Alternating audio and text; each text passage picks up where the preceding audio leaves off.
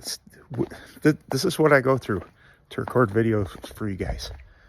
It's officially cold in New York. What is going on, everyone? And welcome to Kart 6T3. My name is Ben. Thank you very much for stopping by. Real quick, if you didn't mind hitting a like on this video, possibly subscribe to the channel, it'd be awesome. Get that out of the way. Somebody said I spoke too long about myself at the beginning of videos. It may be something I do. I'm sorry for that. A little housekeeping real quick before we get into the video. I am going to resume Thursday night live streams this coming Thursday. So whatever date that is, you'd think I would know, but I don't. All right, so 7:30 p.m. Eastern Standard Time. Dirt Kart Racer Live. We're going to fire that back up. We usually go about an hour. I'm going to station myself up in my old, what would be my old bedroom in the house I grew up in. And just let's BS, let's bench race, let's talk karting and everything related. So with 2025 upon us, there are a lot of brand new chassis come out, a lot of new versions of karts. You know, I've done a couple videos on that, but it really begs a question because somebody had asked me this: what are you looking for in a kart chassis? You know, if you're financially able to buy a brand new chassis, what is it that you're looking for? I have some opinions on what maybe you should be looking for. Okay, what are you talking about, Ben? A kart's a kart, is it not? Yes and no. There are a lot of contributing factors into what chassis you choose, and I think there are some variables that maybe you should consider. So first and foremost, you know, it used to be the case that you had some manufacturers that would just have raw speed.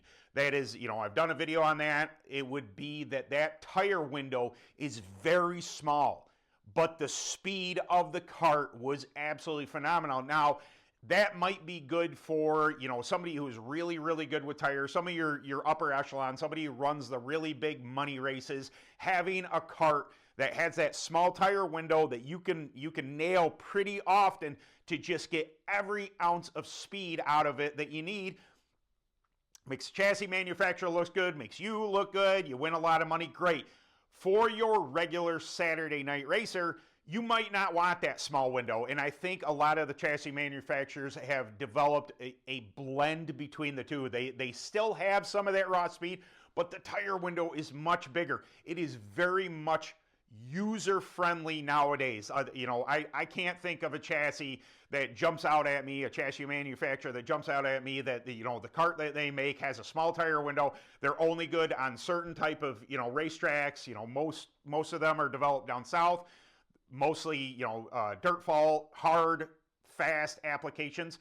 That doesn't seem to be the case anymore. You know, you do have, you know, quirks. Some chassis are tighter than others. Some have, you know, maybe a little bit of a bigger tire window there. But I think in general, most manufacturers have thought, hey, it's great to have our stuff perform that well on the big stage, to look really good at the big money races. But what good is it for the Saturday night racer, the weekly points chaser, if their kart doesn't handle well enough every single Saturday? So that's, you know, it isn't so much on, you know, what chassis you should buy or anything like that. It's that you're going to have to look into other avenues. It's been brought up, you know, that somebody asked a random question. I can't remember what it was on Facebook. But they said, you know, dirt kart racing, what's the manufacturer to buy? And of course, you had your, you know, everybody coming in with your premium and your Premier and your Phantom and your UMAX and the this and that. You better be on that. What it comes down to is it's not that you can't buy any chassis, but what is being run at your local track that you can get that information from, and that is what I think you should be looking for the most out of any manufacturer. What manufacturers offering the most help? Trackside help. What people are running around you? Where can you get the most assistance in order to get your program on track? Also, you might want to look into availability of parts. You know, this has come up a couple times. There's some manufacturers, and I'm not dogging on anybody, things happen. I get questions, hey, where can I get spindles for this? Where can I get spindles for that? Where can I get, blah, blah, blah. And, like I've said before, some manufacturers use other manufacturers' parts. They will bolt up to your cart. They're not specifically made for it, or they may be, but they're available. But what you're going to want to look for is parts availability as well. So right now, I'm telling you, I'm suggesting to you that when you're looking into whatever manufacturer, don't go with all the hype at once. And I'm not saying that hype is dismissive. You can see a chassis rolling really well. You can see it at the highest level, but where are you going to get the most assistance? Where are your parts going to come from? God forbid something should happen. These are things that you might want to take into consideration when buying a new chassis. Like I said before at the beginning of the video, I don't think there is a bad manufacturer out there, and you don't always have to choose from maybe the standard guys. I love them all. I am neutral here. I ride Phantom. Continue to run Phantom. I'm going to be rebuilding the Recon. I just got some parts in the mail yesterday. I'm going to be rebuilding the 17 Recon here, at least bearings and stuff like that, freshen her up for this coming season.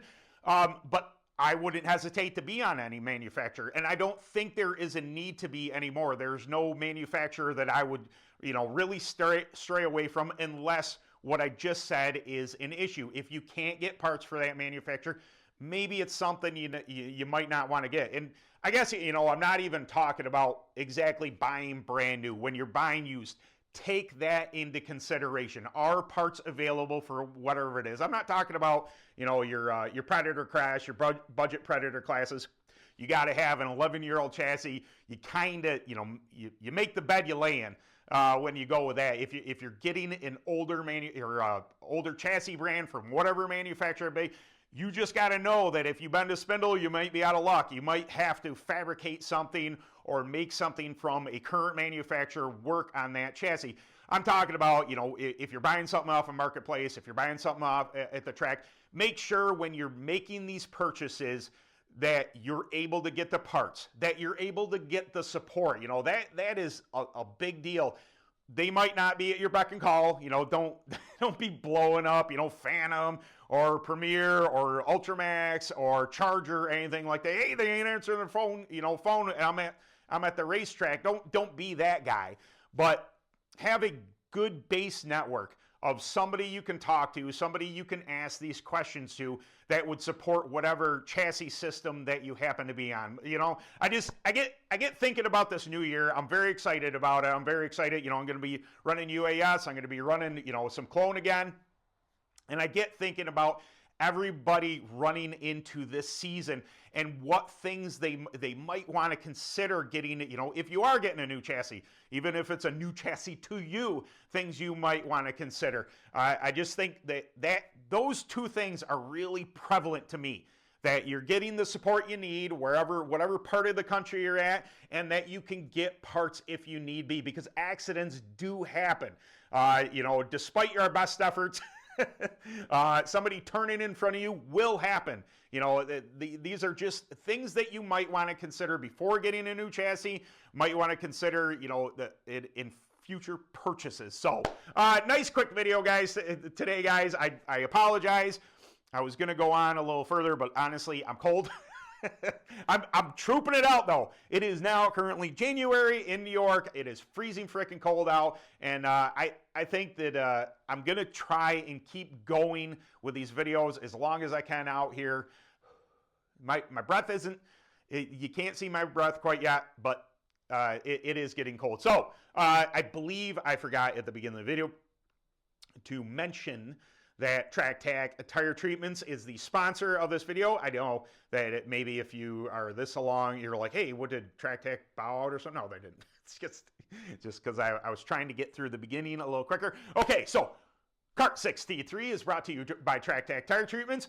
TrackTac Tire Treatments, TrackTac Tire Treatments, TrackTac Tire Treatments, treatments for tires and tracks. If you have any questions whatsoever about the TrackTac line, please feel free to get a hold of me. I will do my best to get an answer for you. But there you go, guys. I guess just a nice quick video today. I knew I was going to I don't want to say run into a wall. I miss showing you guys stuff, but honestly, I don't want to be out here any longer than I absolutely have to be. I think when I'm gonna tear down the Recon soon, and take the chassis down to my shop where I work, and maybe on the weekend I can get some footage down there while I'm replacing the bearings, while I'm kind of going over things, because I really miss the how-to videos. It's mostly me talking over the winter. I apologize for that. I do what I can to interject, you know, some pictures and videos and stuff while I'm talking, but it's rough. The off-season videos are a little rough for me. So we'll get back engaged with you this coming Thursday,